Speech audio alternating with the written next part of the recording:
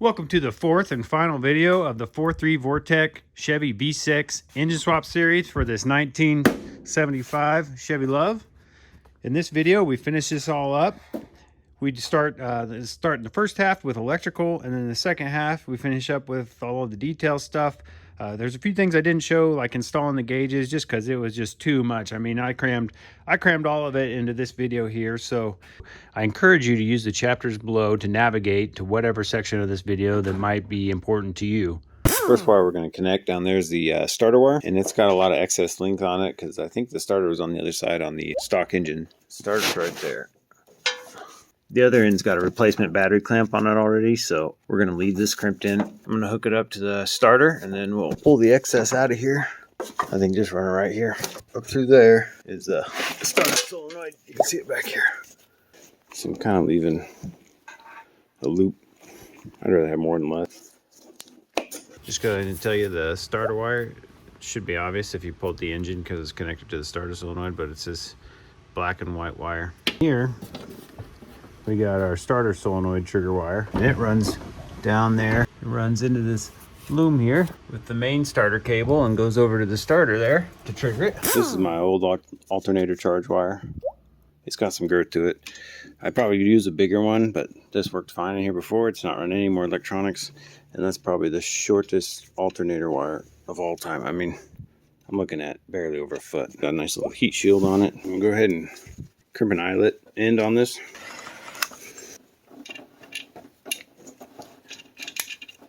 All right, if what I saw online is correct, we'll only end up using these two middle wires. We'll omit these for the to run the regulator and the alternator.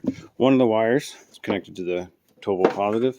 I think they call it sensor wire S. What it does is it allows the alternator to see what voltage is at the battery, not through the charging cable, but at the battery. And then the other one connects to your charge light in the dash. It's also what tells the alternator, hey, it's time to get excited. Wakes it up.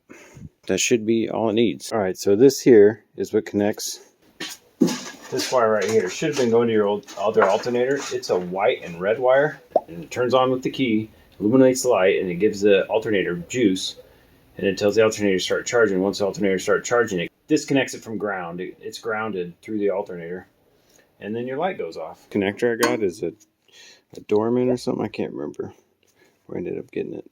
Oh, there we go. All right, you got to pop this back off before I can remove any pins. Wow, that won't focus, will it? Won't it be shit? We're going to remove this wire and this wire.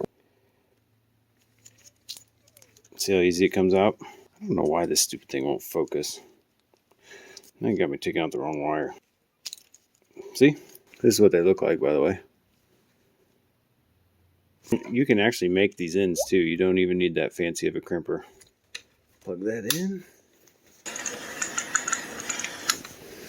Gonna go ahead and run the light wire. We're gonna run it along with those wires. We'll run it, but let's run it right up there. Come tie in over here. You want to run this starting at one end, work your way to the other.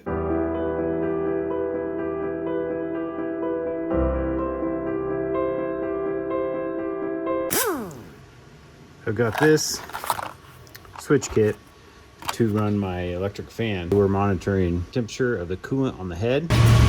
Calls for a socket. You could get on it with a wrench if you hated yourself. Click. Okay, we're there. And at 185 degrees cylinder head temp, it's going to kick on, and it's going to stay on until it gets down to 175 degrees. We'll be running a hot lead straight from the wire to the control circuit of the relay. And the other side of that will be going to the fan, and then the fan will have a constant ground. So that when that grounds out, it clicks this on and clicks on the fan. But it can't click it on unless the ignition key's on.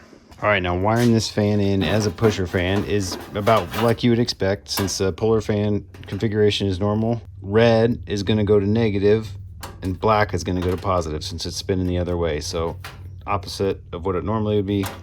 And what I'm going to do is I'm just going to run it through here, run it up under this battery cover, and right to the relay. It's ready to go.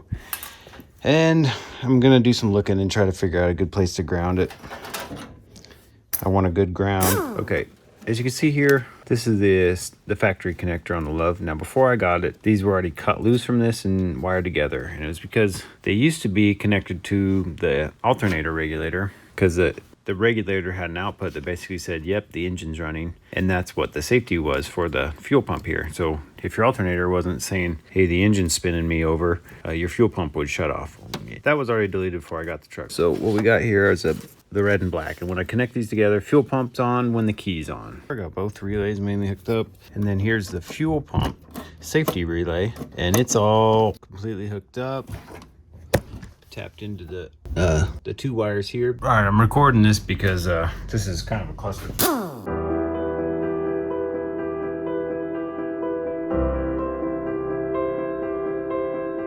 All right, I just got those dry fit.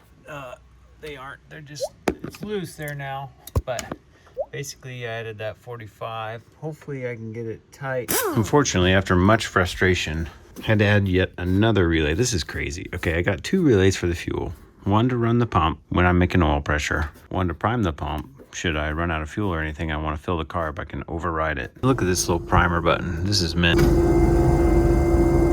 This is just a safety mechanism to keep it from pumping fuel everywhere if I get in an accident or something when the ignition's on but the engine's not running, to keep it from just pumping fuel. I had my ignition wired in to what the coil was wired in before, which with the key on, it had power. To my surprise, it didn't have power when you went over to the crank position. It didn't power it. So I was getting no spark while cranking. But if I'd crank and then as soon as I let off the starter, it'd fire up. So I tried to find a wire. I thought the fuel pump circuit was going to be powered through ignition, key on, and crank. And it turned out to be the same way. I don't know how the stock system worked, how it got spark while you were cranking, but after messing with it for an hour or so, trying to find a different circuit, I decided, you know what, screw it. So I added another relay here, and what it does is it's connected to the starter wire that triggers the solenoid on the starter. It goes to this relay, and the reason I need a relay is because I need to completely isolate that circuit from the fuel pump circuit. But while the starter solenoid is getting power, this relay clicks on temporarily to click on my ignition relay. I couldn't just wire direct, because if I did that, then the starter would be wired into the fuel pump circuit and it would stay on. When the key's on, the starter would run. So this relay isolates it, but unfortunately it ended up, adding extra relays ended up a bit more messy than I hoped. The red wires back here, they went to the old transmission. They are the reverse switch. They're hooked up to the transmission, so when you put it reverse, they kick on the backup lights. All right. You can see there, I've kind of very gently massaged in this transom here. Need a bit more space. Something I want to mention really quick. This sensor was broken before I put the transmission on. Take this sensor out if it's a good sensor, and plug that hole when you install the transmission, because you will likely bump it against something and break it. Right now, I've got the end on it, so looks like I'm gonna have okay clearance there. So I'm gonna go ahead and make the end off, and we'll build an end here. You can also just buy, these are called a weather pack. You can buy a pigtail for this sensor. That's probably the easiest. I already had this because I've made terminals and stuff, because you have to have the right crimp tool. You gotta have, I bought just a weather pack kit, but that's expensive just to make one. So either find somebody with a weather pack, find somebody with a weather pack, or just buy a pigtail is probably the easiest. Well, I went ahead and I made a weather pack connector for the transmission, the reverse lights. Wanted a connector here for if I have to remove this engine out, I don't have to cut the wires, so she'll disconnect there. And then underneath, I had to clearance the tunnel just a little bit and build a connector on this end as well. She's all connected. I'll probably try to secure the wire up there a little bit. I want to paint this so that it'll be easier to clean down the road, because cast aluminum gets grease in it. It's just impossible to clean. All right, I got the manifold all masked off. Sorry if you can't hear me very good. I'm getting ready to hit her with some engine enamel primer. I got the manifold all painted up. There's a little note in here, and it says to that they're really low torque load, 11 foot-pounds. So I'm actually going to use my inch-pound torque wrench, and it multiplies out to 132 inch-pounds. This will be a lot more accurate. Because the bolts are so loose, it says to use Loctite. Got ultra black RTV. We're going to put a 1/4 inch bead here, 1/4 inch bead there. Then we have to put the manifold on, and we want to get just the bolts basically touching, and we want to let it dry for an hour before we finally torque it down. See that little feature there? That's where I assume that's to hold the caulking overlap, because that's where you'll kind of gob it up to. It's at about a 1/4 inch.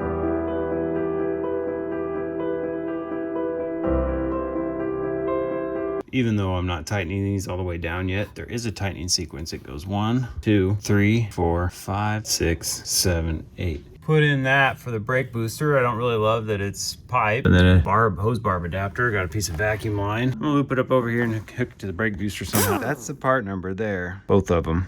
C70679 and 20609. I have no idea what the application for this was. I just went in the back of the parts store with the guy, and we were looking for something that had a 90 in it. It was basically, because this works. It's just not the right size. Pretty much gonna be cutting it so that it's just a straight elbow. Got my little helper here too. Watch out for the knife. They just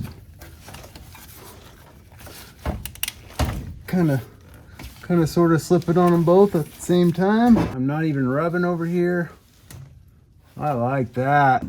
Oh, there is a gap there. So that's not touching, and I clear my belt. That turned out good. I got the clamps tightened up. Apparently this thermostat doesn't need a gasket on the bottom side. This kind of sits in here like that. I wanted a fully adjustable neck.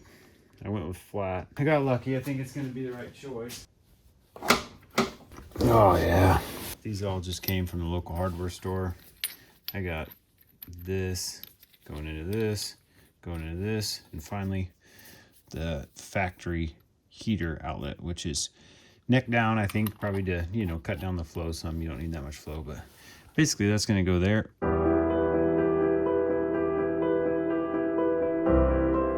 This one has a round rod there. So what we're gonna do, take a good pair of needle nose pliers. You don't want one that has slop, because it won't do this well. But there's just not much wire here. We're just kind of, I think I'll put a dab of freaking lube on that shaft. There it is. Okay. Next, we'll do the throttle cable here. I'll show you how to do that. First one I've done, but it seems pretty straightforward. The problem is, if I run the cable like this, it's kind of, there's not a whole lot of slack there. No, I don't want to have it in a tight bend. That'd be the cleanest. It's a lot looser, but a lot less clean if I run it like that. Not tight bend, and I've got slack, but it's definitely not clean. But the distributor will hide it. So, I mean, that's kind of the plan, because otherwise, look at that. I got 2 tight bends coming out of the firewall, and then just because it's so far back. And if I try to give it more slack, it actually makes the bend tighter. See what I'm saying? Like, there's where it sits best, but there's not slack there for the engine to move with it right there. So I really don't think I have a choice. I'm gonna just loop it like that. Okay, I just pulled the cable out partially. I just need to pull it away far enough to be back from where I'm cutting it. I'm gonna go ahead and cut to the back side of this tape here. This blade is absolutely shot. I do not want to get sparks on this camera. That's how I ruined my last one. I might grab a little drill bit, see if I can clean that end out.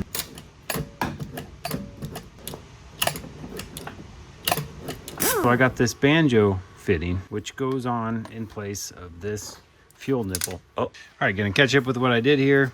Got the PCV port hooked up to the middle port, and then I ran the vacuum for the distributor for the vacuum advance off of the driver's side. They have a passenger side too for timed vacuum advance.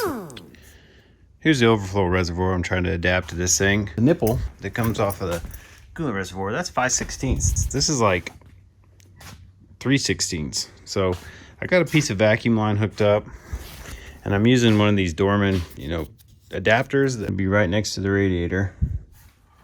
See how this contour here kind of starts to come out?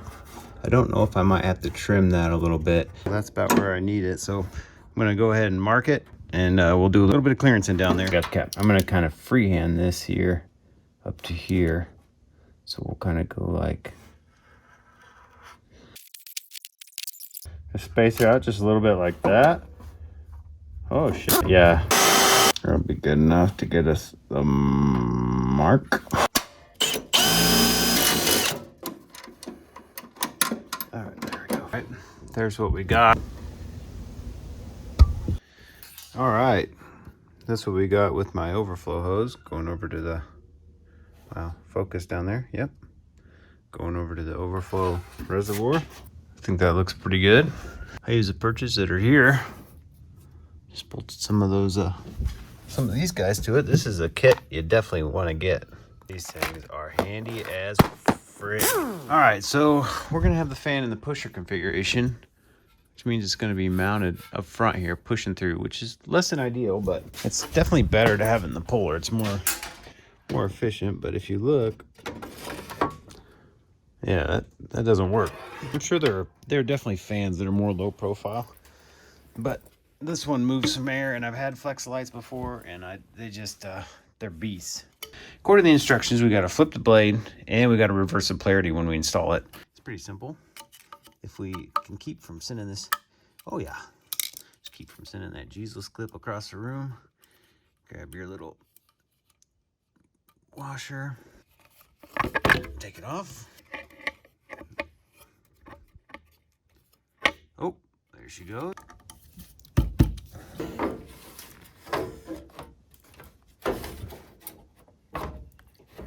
You want to aim for an opening, but you got to kind of spread it a little bit. And I think they tell you to do it with a small screwdriver. Okay, I got a small screwdriver here. You definitely want to be very careful here, because you do not want to screw up your core. Get it centered. When you position it, look on the bottom, make sure you're lined up, because you can't see these, each one of these vertical portions. You got to go in between those, in these fins. You can bend those fins out of the way a little bit, but you do not want to touch these. So that's where the water flows through. Oof, I hate doing that. Oh man, I hate doing that to a brand new radiator. That hurts to do, man. This radiator is so beautiful. Oh shit. Okay, go ahead and poke that girl through. You know, look what you're doing here. As you can see between the fins, aim between them, so you don't want to just jam your screwdriver in there blindly. Kind of put it through, kind of wiggle it like that. You can see these sticking through here, and what they provide you with, a flat washer and one of these things for each one. Now these go on like this against a flat washer, and they just, these have little ribs on it. It says leave a 1/4 inch. The amount you leave is so you can reuse it. I'm leaving about 3/8. All right, I'm gonna go ahead and do it on the bottom. All right, I went ahead and cut these pieces out. Kind of got my mark on there. I'm gonna go ahead and cut that out with a knife. That's pretty good. I like that. I'm gonna go ahead and zip her in. You put it up there, and you just send it. You just go, oh yeah, that looks good. And then you just,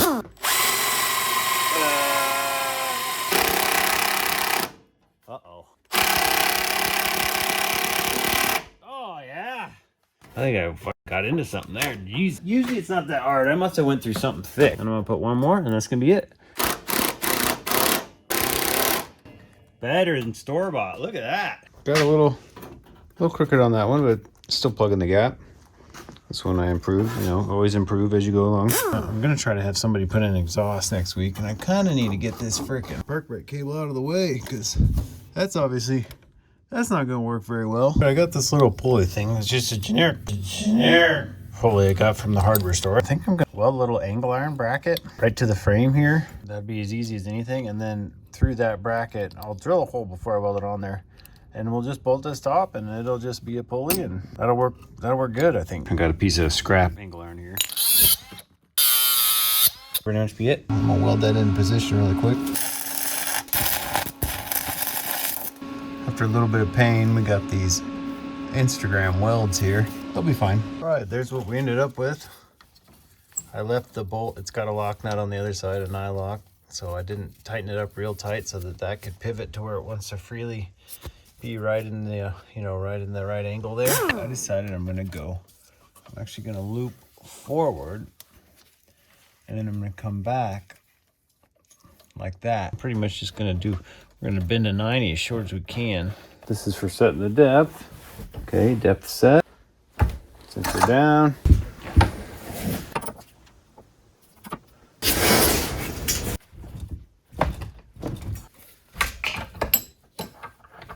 Look at that flare.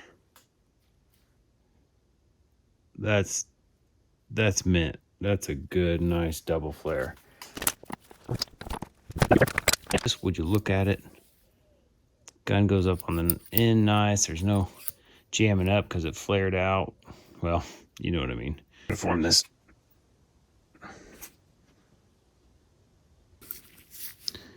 Beautiful bend. That's what that is there. 3/16 line to -3 AN, and that was so I could use a flexible section between my hard line on the vehicle and this on the slave cylinder. But that's what we ended up with. I don't know if you can kind of see. I'm gonna go ahead and top her off with coolant, and then we're gonna fire her up. I'm gonna open the garage door and piss the neighborhood off. Well, one thing's for sure, I definitely need to crank those torsion bars up a bit. She's squatting, and needs new shocks, but I got new shocks, so we're gonna go ahead and try to set the idle, see how dark it is.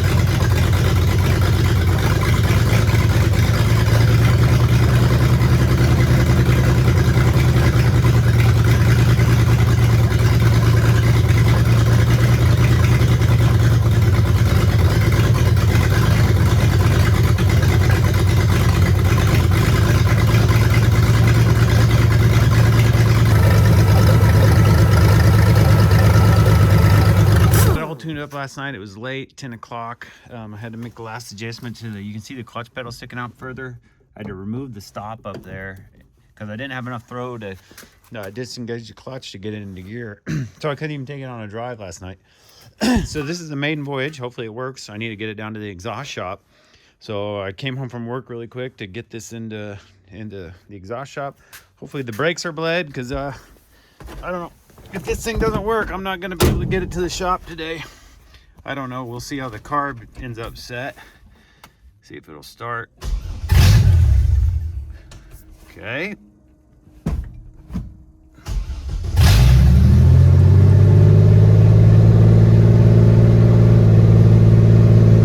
going to turn the fast idle down a little bit.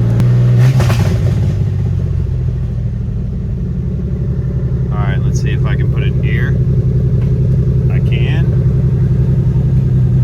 Okay, we're rolling. Do my brakes work? My brakes kind of work.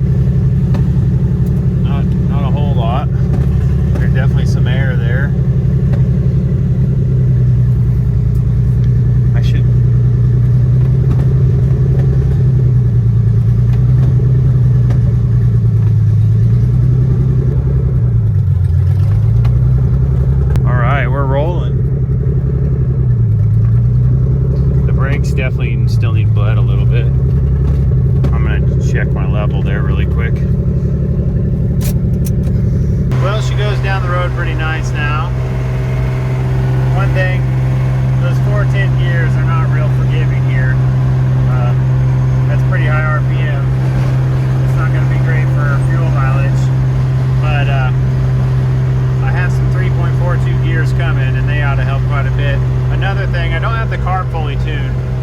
When I transitioned, did you hear that? I'm having it, I don't think I'm getting enough fuel, so I need to tune my accelerator bump to jump more fuel in there. 70 mile per hour cruising. We're going into the wind right now. It's pretty loud. We're gonna test the brakes.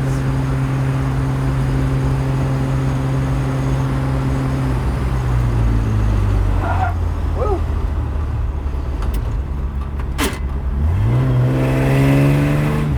She definitely grabs to one side a little bit.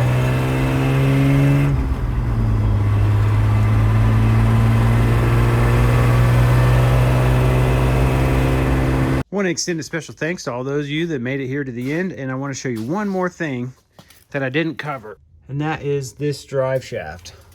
That's definitely something you're probably not going to make in your own garage. And how you measure a drive shaft, most drive shaft shops will have you measure from this U-joint center to the rear U-joint center. Drive shafts aren't cheap. They'll probably run you about $500 to $700.